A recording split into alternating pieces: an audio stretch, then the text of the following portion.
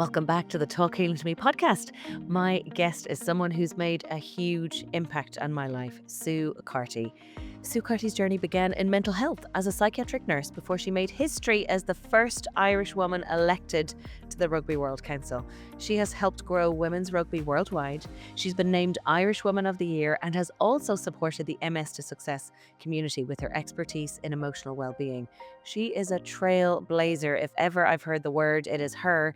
She's a healer and a dear friend, and I can't wait for you to hear her story. Sue, you're so welcome. We're going to start all the way at the beginning. You're so welcome. The perfect place to start. Hi, Karen. Hi. Sue, you started all the way back in mental health before stepping into the world of rugby. Two completely different paths. How did that journey unfold for you? This podcast is for educational purposes only and is not medical advice. Always consult your doctor. Views shared are personal and not a substitute for professional guidance. Yeah, it's been amazing, Karen. Wow, there's a reunion of classmates at the end of the month actually in Galway. So it all started as a student nurse in Galway, qualified as a psychiatric nurse, and my first job was in Dublin, in the psychiatric unit in St James's Hospital. And I was chatting with one of the girls, Joanne, and she just said to me, "Oh, you're into sport. Do you want to try rugby?" And it's like, "I'll try anything." I had just moved to Dublin, and off I went to the rugby club, met the nicest people in the world. Karen, the welcome we got, the environment, the excitement that we turned up, like it didn't matter what way we caught a ball, kicked it or otherwise. The whole experience was just fantastic. And that was the beginning of, well, probably the most unlikely journey I could have ever imagined. Wow, very cool. Very cool. And you made history as the first Irish woman to be elected to the Rugby World Council. Take us back to that moment. What did it mean to you and to the women in sport? Yeah, I know it's an important step in the journey, for sure. So it was in 2018, World Rugby made some changes in its governance, to basically open up the opportunity for women to be appointed onto council from the membership, from the member unions. And I had various roles in rugby up to that point. So I had helped set up the Leinster Women's Committee back in the early 2000s. I was president of the Women's Union, which back then was a separate union to the IRFU, and supported leading the Women's Union into the IRFU at that point. And I'd been appointed the first women's development manager with World Rugby. So I led the development of the women's game globally over a 7 year period. And we grew from 4% of the global playing population, Karen, to 25% in that period. So they were some of the early chapters. And so when it came to 2018 and World Rugby made the governance changes, the IRFU appointed me as their representative onto World Rugby Council. And at that point, there were 11 women from all around the world appointed onto World Rugby Council, which was a really significant step in women playing their part in the leadership of the game, both in their countries and globally. And we've progressed from there. There's been increased numbers that have come through that whole governance system. And I was one of two women first elected onto the World Rugby Board, the executive board. So yeah, we've taken significant steps, but most importantly out of all of that is what all of this makes available. It's the opportunity for every girl in the world, every woman in the world to get involved in the game, to play, to participate to whatever level they wish to, and that they're supported to progress and fulfill on their potential. And you can see the difference that makes for them in their lives and in the world. So yeah, it's been quite an extraordinary journey. It really is. I mean, that level of change is significant, from 7% or actually from 4% up to 25%. What did it take to drive that level of change in let's be honest, in a very male dominated environment? Yeah. It took everything, Karen. Everything. Yeah. Um, and the tradition of the game, absolutely. It's been a male-dominated sport. Absolutely, that's the history of it, and we're seeing what women can bring to it. We can see what participating in the game, what that opens up for everyone, women and girls included. So it takes a level of creating a vision, seeing a vision, and really being committed to it. Like no kidding, we can fulfill on something special here. And then in terms of what it really took me seeing, how I approach it. It's like actually really engaging with people, creating partnership, that level of collaboration, bringing people on board, and those that really wanted to drive it with you, partner with you. And I really learned that that's where that's where the gold is. One of the great guys I used to work with, replied to a message to me recently saying, it takes a village. And it really does. It takes creating that, I suppose, movement, and everyone coming on board, and everyone seeing that they've a place in this to really cause something special. And it's like having those conversations, inspiring that, but then also challenging what wasn't working or what isn't working, so that we can really look at what can we put in place. How do we address this? So yeah, yeah, and learning lots of lessons along the way. There's a real I really learned to allow myself, you're going to make mistakes along the way. It's just what happens, and you can't be afraid to, have a go, make those mistakes, and put the tweaks in where you need to, and pick up the phone where you need that support, and all of that good stuff as well. Because there's nothing like this you can do by yourself. It's like it's a team game on the pitch. Oh my word, it absolutely is a team game off the pitch as well. Yeah, yeah, that's beautiful. And, one of the things that really stands out, particularly around leadership, it definitely requires strategy, but it also requires the heart as well, which you have, abundance in both of those. But how do you balance that empathy with authority in your work? Like you say, maybe going in and fixing things that you see, maybe there might be a gap in, or and also then owning if something doesn't go well as well. But how do you get that balance right? Um, I think I'm still learning that, to be honest. It's a great question, actually. Like, absolutely, the heart and soul is in it, and yeah, like I think it's being straight in what what it is you're up to, and where you need to have hard conversations. You have the hard conversations, but it's not personal. It's not like that. It's like, okay, let's really have a look. So I think it's like honoring the position you've been trusted with. It's not my position. It's not mine. Being representing Irish rugby on council, being a director with the executive board. There's something I've been trusted with to fulfill on, and it's fulfilling on that, I suppose, that office, or that position. And I think that's the authority piece, not authority like downing on people or being more important. It's actually fulfilling on what I've been given and trusted with to do a job, do a good job with. So I think coming from there, along with, yeah, as you said, my heart is totally at the center of it, and always will. And if that goes off center, well, maybe then it might be time to move on, recalibrate, or let someone else take the baton. Yeah, yeah, that's lovely. One of the things, I suppose alongside leadership and leaderships in the role that you've had, you also worked with MS to Success and supporting women on their healing journeys inside here too. What have those experiences taught you about, I suppose, resilience and physical health and emotional health? I suppose what I'm trying to ask you is, do you think it is possible to even separate mental health from your physical health from what you've seen? This episode of Talk Healing to Me is sponsored by Clean Boss. Created by Joy Mangano, the legendary inventor behind the Miracle Mop and a pioneer in clean innovation. Clean Boss is a botanical disinfectant that kills 99.9% of viruses, germs, and bacteria. It's safe for food surfaces, soft surfaces, and baby high chairs with no toxic ingredients and no rinse required.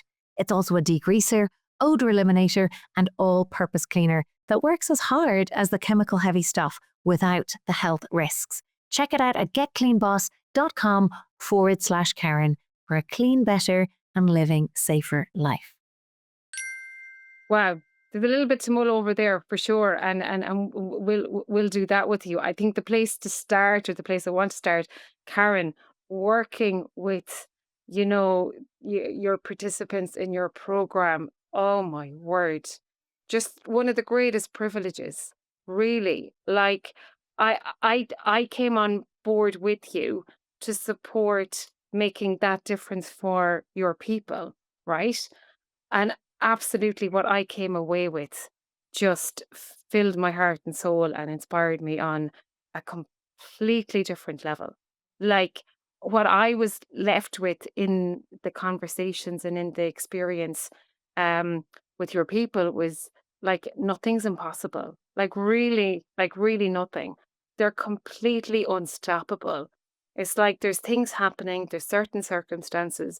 Okay, show. Let's have a look. What now? Like the energy, the passion, the enthusiasm, and the willingness, like that vulnerability. They would come to they'd come to our calls when we'd have the opportunity to come together. And it's like, well, where things, you know, maybe fell apart, or they were like something very disappointing or discouraging happened, they would just bring it as it was. There was no pretending to be any way they weren't. And my experience of that was so refreshing. It's like how you can support people when they bring that, the conversations we got to have. And then I had the privilege of making some difference with them, which I was just like, this is outstanding. And then they were so grateful. They were like, this is fabulous. And so, yeah, that's the world of my experience in the program with you, which really will always be one of the biggest privileges from all of the work I've done. Yeah, and it's opened up That's everything. lovely. Yeah. Yeah, no, what I was gonna say, because you brought up a brilliant point, because I think a lot of times people think, when they think of MS or a chronic illness, and people think, "Oh, I need to look at my food and I need to look at my exercise," and they're the things that I suppose are tangible and they can see, but oftentimes it is dealing with everyday life, and what people do within MS to Success, they bring their entire lives to the program, because what you and I have both seen is if there is something stressful going on in life, most of the time it does have an impact on health. Or if it doesn't have a direct, physiological impact, it can affect then how you approach your health and your well-being and your value and your worth and all those things. And so it really does play an integral part in having your mental and emotional well-being supported throughout your life. I suppose that's the same for everyone, but particularly important for women with MS. And look, there's a 4-to-1 ratio of women to men with MS. And I do see that there's a bigger emotional load for women as the caretakers or the emotional givers, or and that side of things. So it is so important for people to have a place to come and to unload or to listen and to feel validated, like you say, and have that. You mentioned the word vulnerability, but to have that, as corny as it sounds, that safe psychological, emotional safety to open up and be heard and seen and supported. So, so important. And thank you for doing that work. So they all adore you. Yeah, really thank you. And your work has made such a difference. But to me personally as well, the amount of times that I have rang you, something good on, and Sue will get a text. Do you have a minute? Yeah. Yeah. And then a download. Yeah. Yeah. I know But it's you good. have this capacity to see through. You have an enormous capacity to see through, the surface level of what somebody might be saying, to listen for what's going on underneath and really get to the heart of that very quickly. and not be afraid to say what that is. And I really value that. I really, really value that. Thank you. Yeah. You're welcome. Yeah, thanks for saying that, Karen. Yeah, it's quite Yeah. yeah, it's quite great that that's your experience, and yeah, like absolutely my commitment as well. And look, I feel really lucky. I get to use what I really enjoy and what I experience being. I suppose I've developed these skills over time. So when I get to put it all together and make a difference in people's lives at the most vulnerable of times, it is really special. It is really special. And also, as you know, we had lots of fun. We lots of fun. Just yeah, the giggles, the chats, the successes, like the celebrations. And I think that was the other thing from the experience that really makes a difference as well. It's like celebrating every success. It's not about the size of it. And one of the things that really stands out for me is sometimes you don't realize the level of the success until you say it out loud, until you share it with someone. It's like, oh, I thought that was just a small thing, but actually, that was really important. That really made a big difference. So, yeah, that whole piece around celebrating any strides, any successes, and even small ones can be really massive and maybe make the biggest difference.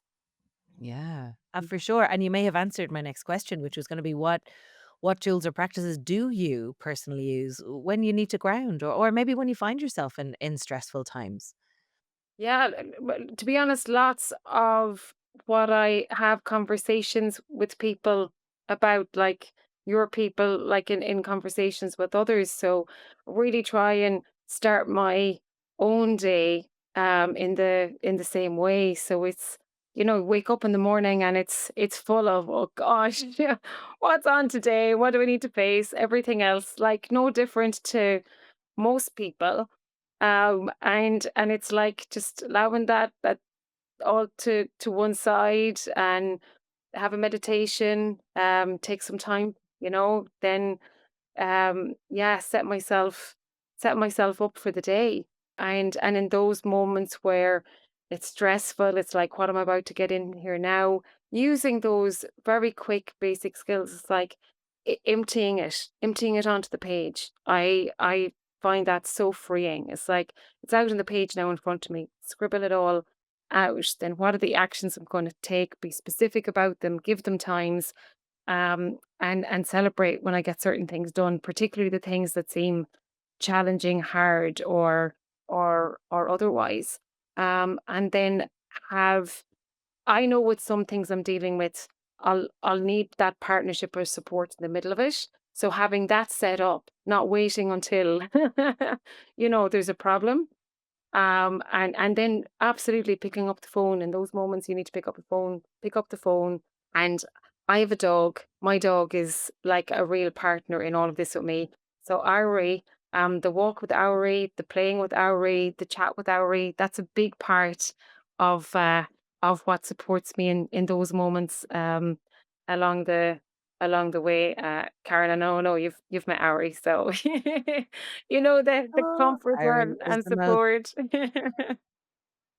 like a model dog. She's like a dog from a TV advert. Yeah. She's fabulous. We love her. Yeah, We love her. yeah, Our I kids know love her as well. she's You fab. mentioned a really great point there around when you're stressed is to get it out and get it onto paper. And it's almost, in our Friday wind up call, as you know, so you've led many a time.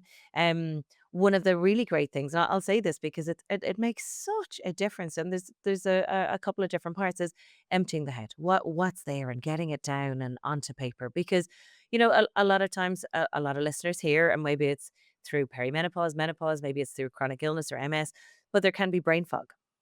And particularly in times of stress, it can be difficult to think really clearly. So I think you've made such a great point of getting it out onto paper or into notes on your phone and downloading. We call it a free your mind, a free your mind list or your integrity list, either to get it down. But one of the other things that we've added onto ours is actually looking at that list and then looking at who can support you with Mm, that and can you delegate or can you pass it on. But one of the things that you said, and I loved hearing you say it, is putting down a by when do you want to get it done? Yeah.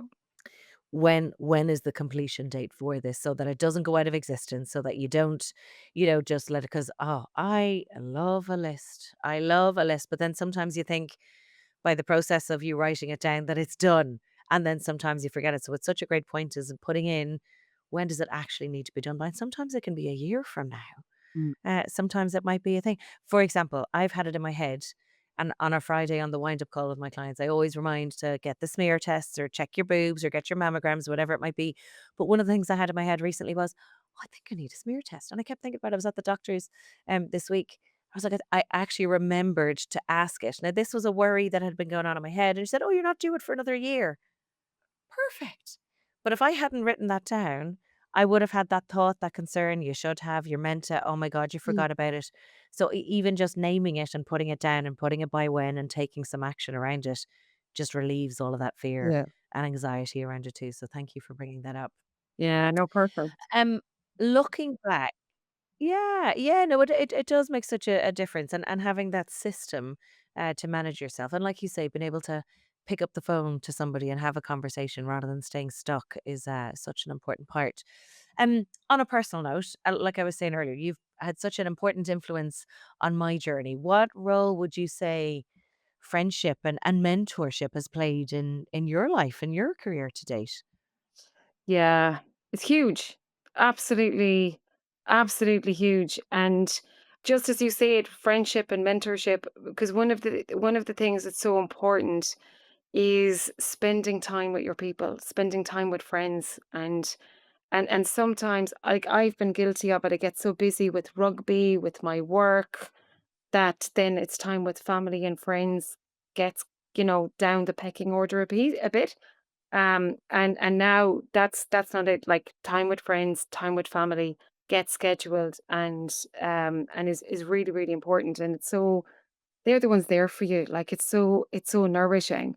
And they've been huge in this journey. So when I look at family and friends first, when I went for that, when that job came up with World Rugby, the women's development manager, my dad says to me, "Oh, you'll get that job. They'll give you that job, right?" And that's the type of backing, support, belief that was around me throughout this whole journey. And yeah, and like, friends are just there for you. Like, some of my best friends in the world are the first women I played rugby with. My crew from college in Galway, and there's times where time passes and you haven't caught up with them, but it makes no difference. And it's that experience. And we lost a really dear friend a few months ago, as you know, and like that's really focused the importance of time with friends and family for us. And I know we've all times in our lives where it really focuses the mind, but yeah, that certainly has, this year. And then when I look at, like, mentors, like, some of my mentors, absolutely, more than how we've supported, worked with each other along the way, has been so massive. And then new mentors that have come on board. Oh, I can't capture how important that is. And I think it's things like people that can see you fulfilling something in those moments when you completely don't see it in yourself, and you doubt yourself, and you're questioning yourself, and maybe those moments where you're throwing in the towel because it's like, do you know what? This is just too hard. It's like they need someone bigger, better able, or whatever. And I think if we're being honest, we've all had those moments, or maybe most of us have had moments like that at some points in our journey. And it's a great learning to get that that's how it might feel at the time. It's not necessarily the truth. And you when you're in it, you won't see it for yourself, or you're unlikely to pull yourself out of it or see it for yourself. But in those moments, that mentor that just taps you on the shoulder, that just goes, "Hey, hold on, like, breathe for a moment, let's have a look." It's absolutely huge. So when I look, like one of my first mentors, Michelle Banks, she tapped me on the shoulder and was like, "Oh, there's something you should do here." I didn't even see it, right? To get involved in setting up committees and everything else. And we're we're great friends all these years later, Karen. There's so many within the world of rugby, that have just been absolutely massive and supported along the way, and they'll always be a key part of the journey. Sometimes they find you, and I think this is another lesson important for us. Sometimes they're there or they find you, and actually, sometimes you need to really actively look to go, right, who can mentor, support, or partner with me in this? And reach out. It's like actually ask, going, look, I really need. And when you're clear, you can see what you need, and you ask, you'll find there's yes on the other end of that ask, because that's been the most heartening experience. People do want to get behind you. People do want you to win, and the support is absolutely there. So yeah, that's been a huge part of the journey. There's such valid messages that you've just spoken about, Sue, and thanks for that. If you could leave one message with young women, whether in sport or leadership in life, what would you want them to hear? Oh my gosh, one message: leadership, sport, or life. I think the message for me is go for it. Like go for it. There's something your heart and soul is pulling for. So I would say go for it and back yourself. Sue, we've spoken so much about rugby. We've spoken about MS to success, but and your life is so busy. Like, I mean, when I hear about your travel diary and the women's, Rugby World Cup that's on at the moment, so much time and dedication goes into that. And my motherly check in is always like, are you okay? Are you doing enough for yourself? And I'll always have that thought around you. And I don't mean that to sound condescending whatsoever, but you are so busy that sometimes it's hard to recognize that one person fits so much in. I know, for example, this weekend and what you've got on, and I had a conversation saying, how are you going to fit that all in? But you do. But you also have your own company. Tell everybody what you do and what does that look like? Yeah, thanks, Karen. And look, first of all, I love the care, and the support and the check-ins, and that's so important that we do that for each other. And it's lovely to experience for myself having that with you as well. So no, it's lovely. So yes, so I set up my own company. So I specialize in performance and well-being. So I work with companies to really support them in uniting them as a team and elevating their performance. And at the heart of that is mental health and well-being. So really it's working with companies so we develop those bespoke programs and really get into what they need to have their team taken care of and to come together and really elevate their performance. So yeah, really great special conversations and great people just looking to get the most out of themselves and what they really want to fulfill on. So it's yeah. I love your mission. I remember when you were setting up your website and all the rest, but if I remember correctly, is taking underperform. Let me just bring it up actually, so I don't butcher it on you. Taking underperforming organizations from torture to title in 3 simple phases. I mean, isn't that gorgeous? And I love the fact that it's not just individual or things. It's taking a whole team. And I love the fact that you're bridging what you've done in rugby into, what you do with a team organization, because there are so many crossovers of getting people to work together, especially like what you mentioned in your tagline was, if an organization is facing the torture of misaligned agendas, miscommunication, poor leadership, or lack of clarity and vision, your 3 phase program will help the team become champions in their own game. I mean, isn't that beautiful? And Karen, the experience of it is really great as well. And you're right, the lessons are so tangible. Like you look at a rugby pitch, you have your forwards working together, backs working together, you have the links in between with your halfbacks. You translate that into, your organization, you will have different priorities for different groups.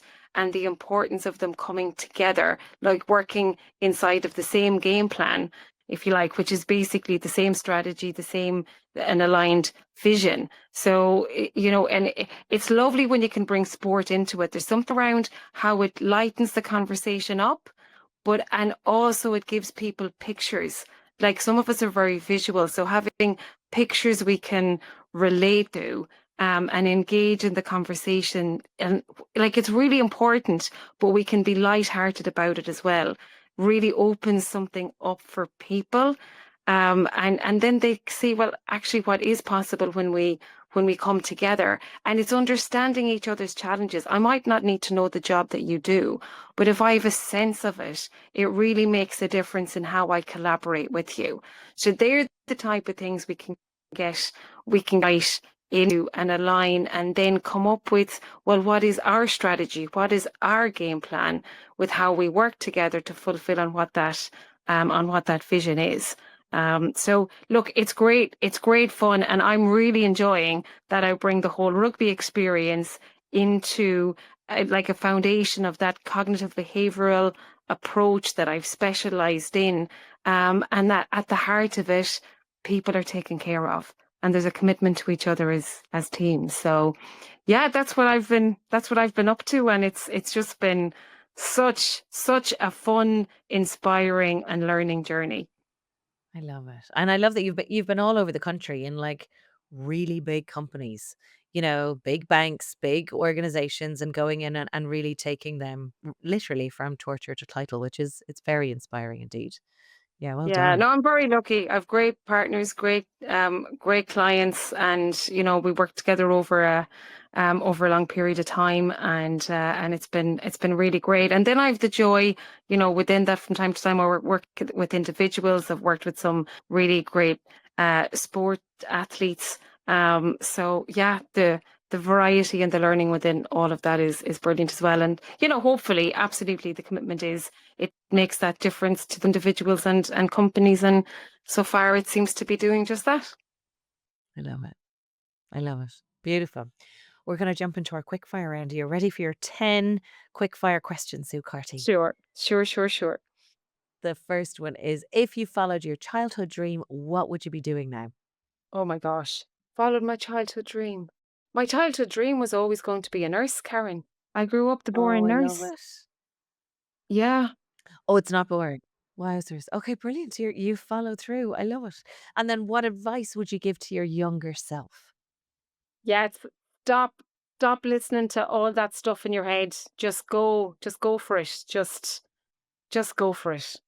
I love it. I love it. I love it. Next one is, who inspires you the most? Mary Robinson. Was there a particularly dark day that turned into a positive, and what was the lesson? Oh my gosh. There's probably so many. There's probably so many.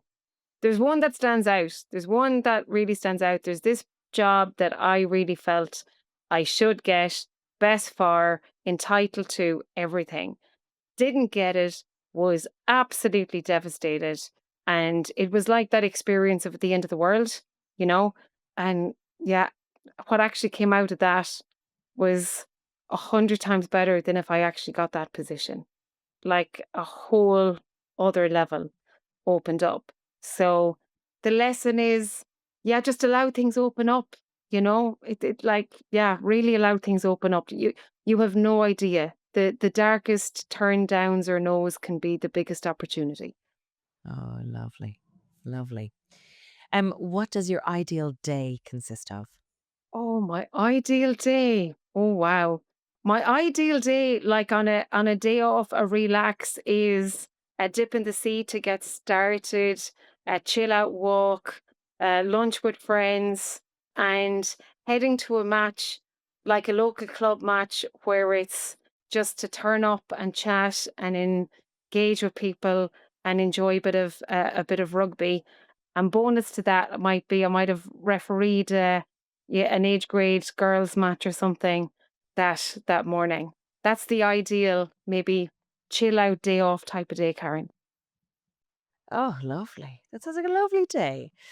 Um, okay, brilliant. The next one is, if you had a roast dinner, so say it's roast potatoes and carrots and maybe chicken and stuffing, whatever it might be on your plate. Do you eat your favorite thing first, your favorite thing last, or a little bit of everything together? Oh, I'm one of those that needs a little bit of everything together. Yeah. Same. I'm with you. Surely that's what the chef would want you to do anyway. The second last question is, what book do you gift the most? Oh, I'm not the biggest reader in the world, as you know, Karen. But there's a couple of the sports autobiographies that are, that particularly inspired me. Andre Agassiz is one, Keith Earls is another. Just a great guy and a gorgeous read. So that would be probably one of the standouts for me. Oh, lovely, lovely, lovely. And then last question, how do you switch off? Yeah, I'm a big believer in silly and fun. So just just being fun, silly, heading like king around with Owry, out with friends, dancing, just going dancing, chatting, and spending time with people that matters. That takes me out of all of the busy stuff either out there or in my head. But yeah, doing some silly fun things would be my big one there.